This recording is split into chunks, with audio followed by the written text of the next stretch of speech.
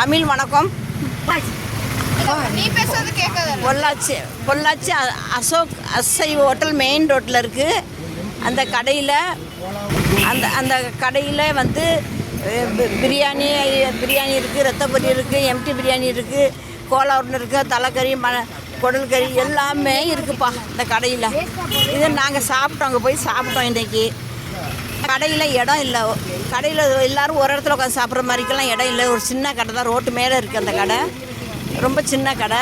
அந்த கடையில் ஒருத்தர் சாப்பிட்டு எழுந்திரிச்சோன்னு இன்னொருத்தவங்க சாப்பிட்டு அப்படி எதிர்பார்த்து உட்காந்து சாப்பிடணும்.